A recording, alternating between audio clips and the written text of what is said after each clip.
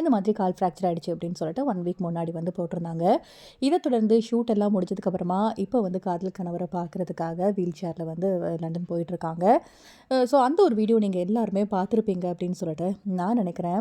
அதுக்கப்புறமா வந்து பிஜிஎம்லாம் சூப்பராக வந்து போட்டு வந்துட்டாப்ல அப்படிங்கிற மாதிரி மியூசிக்லாம் போட்டு விஜய் பிரியங்காவோட கணவர் வந்து ஒரு சில வீடியோஸ்லாம் போட்டிருந்தாரு. ஒரு சில போஸ்ட்லாம் வந்து ஷேர் பண்ணியிருந்தாரு.